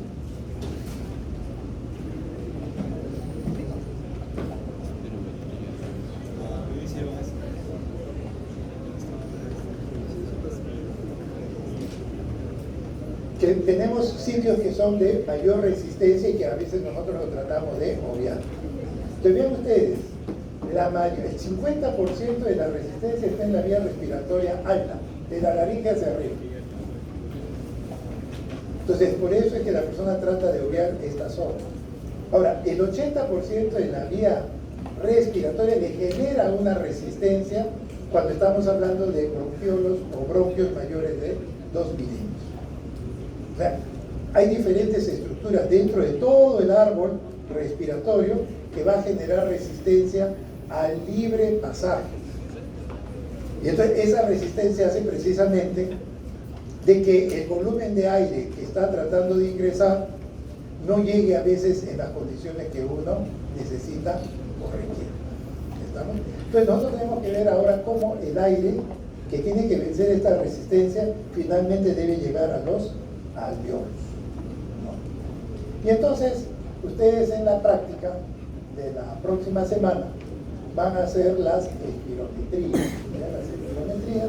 Y lo importante de la espirometría no es básicamente hacerlo, lo más importante es entenderlo. Yo quiero tomar un electro, quiero que tomar el electro.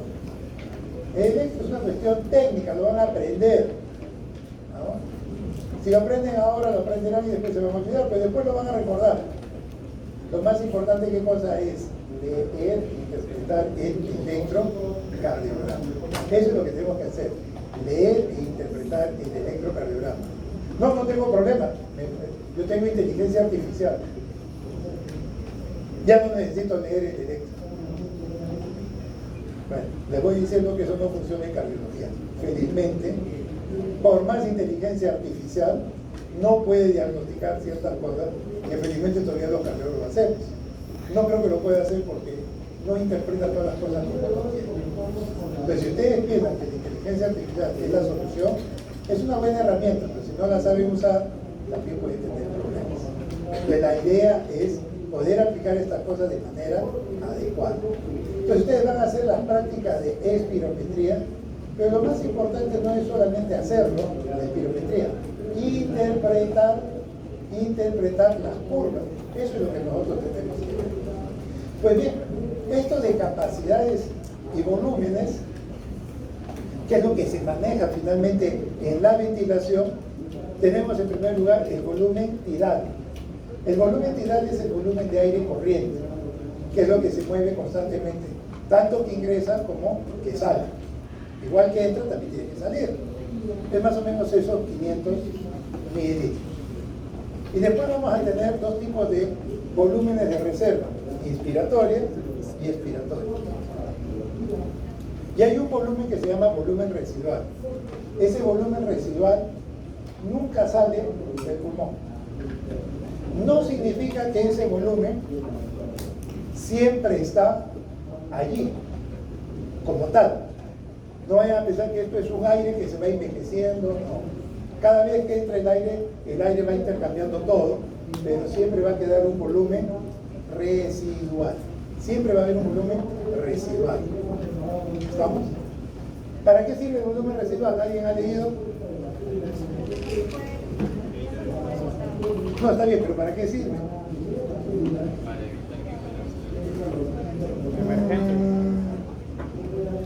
El que evita que colapse el pulmón, ¿quién es? El surfactante. Para mantenerla frío. ¿Ah? ¿Ya no han leído la clase de guión? Ya. ¿Para qué sirve el volumen residual? Muy fácil. Cuando la persona inspira, el aire está entrando. ¿Estamos? Y eso va a permitir que se produzca la hematosis. Pero cuando yo expiro, el aire se está saliendo. ¿Y la sangre qué está sucediendo? ¿Se oxigena en ese momento? ¿Deja de oxigenarse en esos 3 segundos? Tiene que oxigenarse. ¿Pero de dónde? Del volumen residual. Del volumen residual. El volumen residual. ¿Estamos? Eso es lo que ustedes guardan de reserva. No sé si guardarán reserva ustedes, pero eso es lo que uno a veces tiene para que le salve de alguna emergencia. Y no tengo plata, lo tengo acá, mi dinerito guardado. Ya. Ese volumen residual es algo que tenemos residual. ¿Para qué? Para que cada vez que empezamos a hacer expiración, ¿cuánto dura la expiración? 3 segundos. Cuando uno hace la expiración, ¿qué vamos a hacer? Se tenga que mantener el intercambio, ¿cómo se llama el intercambio gaseoso? Hematosis. La hematosis debe continuar durante la expiración. ¿De dónde saco el aire? De ese volumen residual. De ahí es donde yo estoy obteniendo el oxígeno, de ese volumen residual. Ese volumen residual nunca sale. Nunca sale. Siempre está allí. Pero no piensen que ese volumen siempre va a ser constante y no se intercambia. No piensen que ese volumen tiene un oxígeno que dura eternamente 80 años. No, pues cada vez que respiramos todo esto se moviliza. Pero siempre va a quedar un volumen residual. Entonces vean ustedes, primero vamos a ver los volúmenes. Volumen tidal, volumen de reserva inspiratoria y residual. La suma de 2 o más volúmenes, a eso se llaman capacidades. La suma de 2 o más volúmenes se llama capacidades. Entonces vamos a ver los tipos de capacidades que vamos a tener. Eso ustedes lo van a hacer en la práctica, ¿no? Entonces yo, por ejemplo, en un primer momento, pues si ustedes me siguen acá en el puntero, yo lo que estoy acá haciendo es mi inspiración y mi expiración normal. Inspiro, expiro. Este es mi volumen de aire tidal, el volumen tidal que voy a manejar, que es de 500 mililitros. Pero en eso yo digo, a ver, tome bastante aire. Y voy a tomar bastante aire. Entonces miren, yo estaba por acá. Y yo le digo, ahora tome el aire que pueda. Y entonces estoy yendo, ¿qué cosa? A mi volumen de reserva inspiratorio. A mi volumen tidal se le agrega un volumen de reserva inspiratorio. Y de ahí nuevamente le digo, respire normal. Ya que empieza a respirar normal. Yo estoy acá. A ver, respire normal. Tome aire, bote aire. Bote todo. ¿Qué estoy haciendo? Volumen de reserva expiratorio. ¿Estamos? Yo estoy en mi volumen tidal. Le hago que inspire mucho. No más, ¿qué puede? Toma aire. Volumen de reserva inspiratorio. Estoy acá. Señor, bote todo el aire que pueda. Volumen de reserva expiratorio. ¿Alteré en algo el volumen residual? No, porque el volumen residual no lo manejo yo. Eso yo no lo puedo manejar. No es voluntario. Manejo mi volumen tidal, mi volumen de reserva inspiratorio, lo mismo que mi volumen de reserva expiratorio. Y entonces empezamos a hablar, por ejemplo, de la capacidad. Entonces hablamos de capacidad expiratoria, eso lo van a hacer ustedes en la práctica. Y bueno, lo que va a interesar es lo siguiente, que yo puedo movilizar una cantidad de aire. Señor, yo estoy acá. Y digo, señor, tome todo el aire que pueda, me voy hasta acá, llegué hasta acá. Y le digo, ahora bote todo lo que pueda, bote todo, y llega hasta acá. A eso se llama capacidad vital. A esto se llama capacidad vital. Capacidad vital. ¿Estamos? Eso es lo que el pulmón puede finalmente movilizar. Volumen tidal, volumen de reserva inspiratoria y volumen de reserva expiratoria. Eso lo que me va a dar es la capacidad vital. La capacidad vital. Pero ojo, acá abajo que tengo mi volumen residual, que no lo puedo tocar porque no se puede. Pues bien, este volumen residual, si yo le sumo la capacidad o este volumen de reserva expiratoria más este volumen residual de estos dos, si yo sumo estos dos, a eso se llama capacidad residual funcional. Capacidad residual funcional. ¿Yo puedo determinar la capacidad residual funcional? Con el espirómetro no. Tengo que hacer una prueba especial. ¿Por qué? Porque el único valor que no puedo determinar ahí, ¿cuál es? Ese no lo puedo determinar. Tengo que hacer una prueba especial de gases para poder establecer eso. ¿Estamos? Eso es un volumen que no se puede estudiar en el espirómetro que ustedes van a hacer. Lo que ustedes van a ver es, primero, el volumen tidal, las capacidades que tiene. Pueden calcular incluso su capacidad vital, pero lo que no van a poder ustedes determinar es ese volumen residual, que lógicamente se puede combinar con el volumen de reserva expiratorio, y eso nosotros no lo podemos precisar, porque siempre nos está faltando. Muy bien, esto es lo que ustedes van a hacer. Lógicamente se les tapa incluso la nariz para que no se escape el aire por ningún sitio. Y bueno, este es uno de los diferentes tipos de espirómetros que utilizamos para ver si estos pacientes tienen una buena función o no. El espirómetro ayuda para ciertas cosas, pero no es para todo. Recuerden que el volumen residual no lo podemos evaluar, acá. Se hace con otras pruebas especiales. Entonces, eso nos limita a ciertas cosas. Muy bien, entonces, para hacer esta prueba, lógicamente el paciente tiene que estar, como en este caso, por ejemplo, ahí se le ha tapado las narinas, como deben ser, se le coloca el espirómetro y la persona tiene que tomar aire y hacer todos los ejercicios que hemos dicho, dependiendo de lo que yo quiera calcular. El volumen de reserva respiratoria, el volumen de reserva respiratoria, determinar la capacidad vital, hasta ahí podemos hacer. Muy bien, ahora estas máquinas lo calculan todo y en forma adecuada. Entonces vean ustedes lo que vamos a hacer. Yo lo primero que voy a establecer es a esta persona, tengo que pesarlo, tallarlo, y de acuerdo a eso me va a salir una capacidad vital, ¿no? ¿Qué era la capacidad vital? ¿La suma de quién? Bueno, ya. Si no se han aprendido, yo no sé ya. ¿Qué era? Lo inspirado. Claro, pero por ejemplo, la es el volumen tidal más el volumen de reserva inspiratoria más el volumen de reserva expiratoria. Todo eso es la capacidad vital. Bueno, esa capacidad vital está establecida en las personas de acuerdo al género, a la talla, etcétera, etcétera, ¿no? La edad del paciente, todos tienen un valor. Entonces todos tenemos, a través de tablas o de calculadoras, ya tengo yo la capacidad vital ideal, por eso se llama ideal. Ideal es el que debería tener esta persona, con estas características, ¿no? Muy bien, lo que yo tengo que determinar son estos dos. Entonces lo que vamos a hacer al paciente, como se muestra ahí, se le tapa la fosa nasal y la narina, se le pone el aparato. Y bueno, vamos a decir el primero, señor, bote todo el aire que tiene, bote todo el aire, y ahora inspire. Entonces lo que estamos haciendo es llevarlo prácticamente al punto máximo. Y de ahí le decimos, bote todo el aire, todo el aire que pueda. ¿Qué estamos estableciendo? Su capacidad vital. Real del paciente.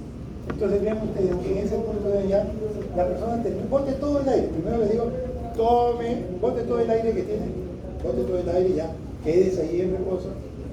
Tome todo el aire que pueda y ahora bote todo rápido, lo más rápido que pueda, lo más rápido que pueda. Y lo máximo que él puede botar va a ser su capacidad vital, pero esa es su capacidad vital real del paciente.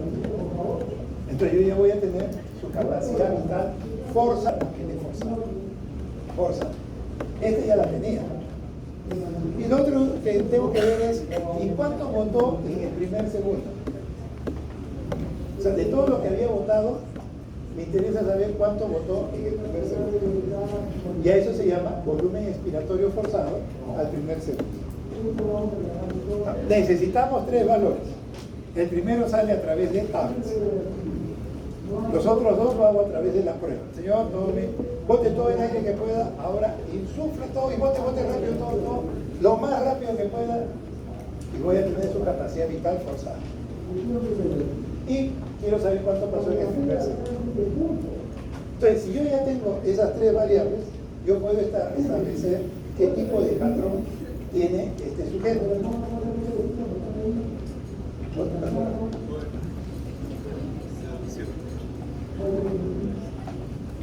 Creo que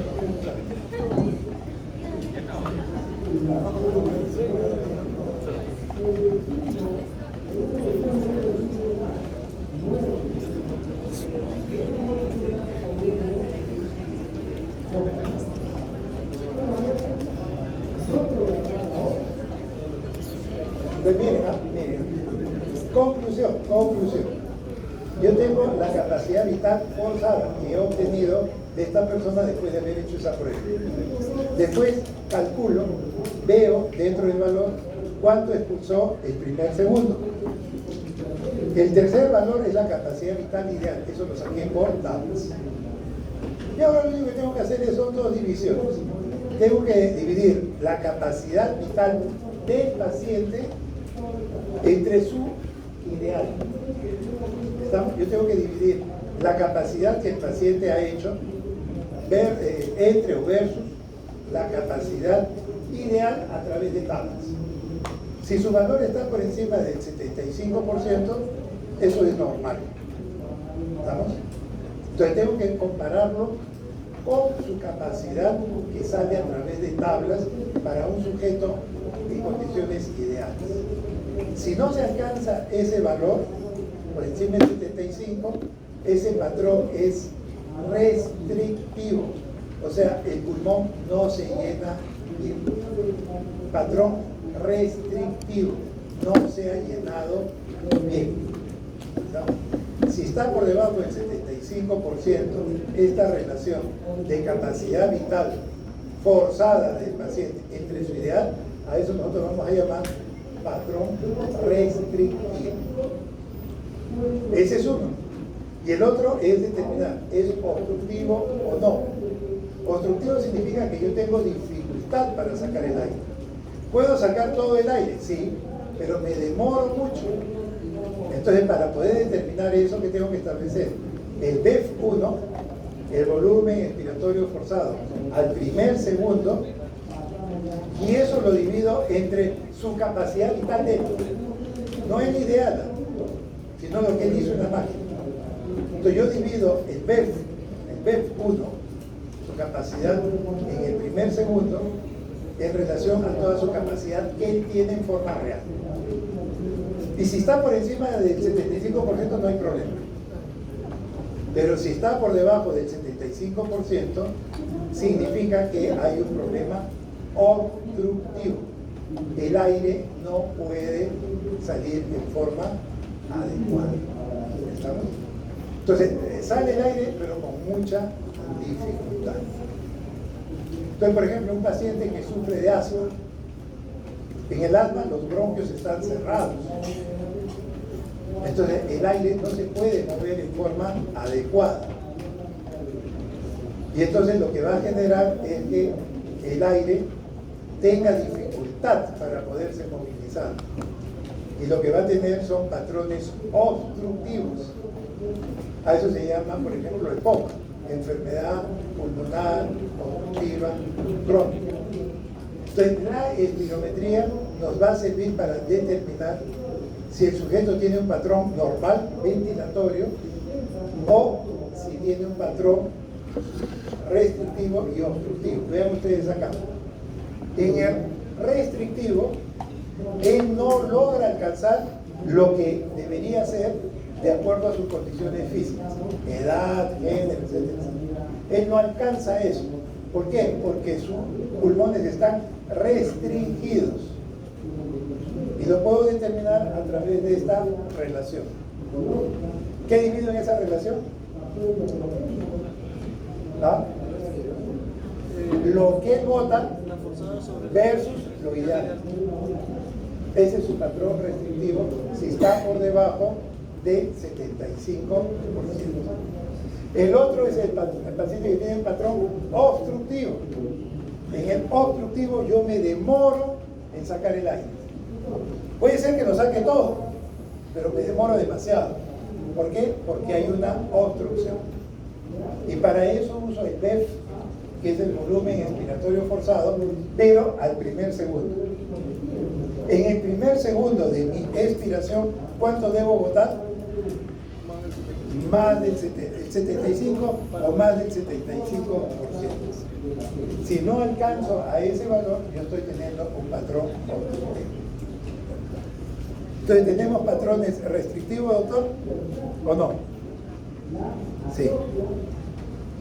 ¿Hay obstructivo? También. ¿Qué otro patrón puede haber? ¿Ah? No, pues es normal, pero hay patrón restrictivo, hay patrón obstructivo.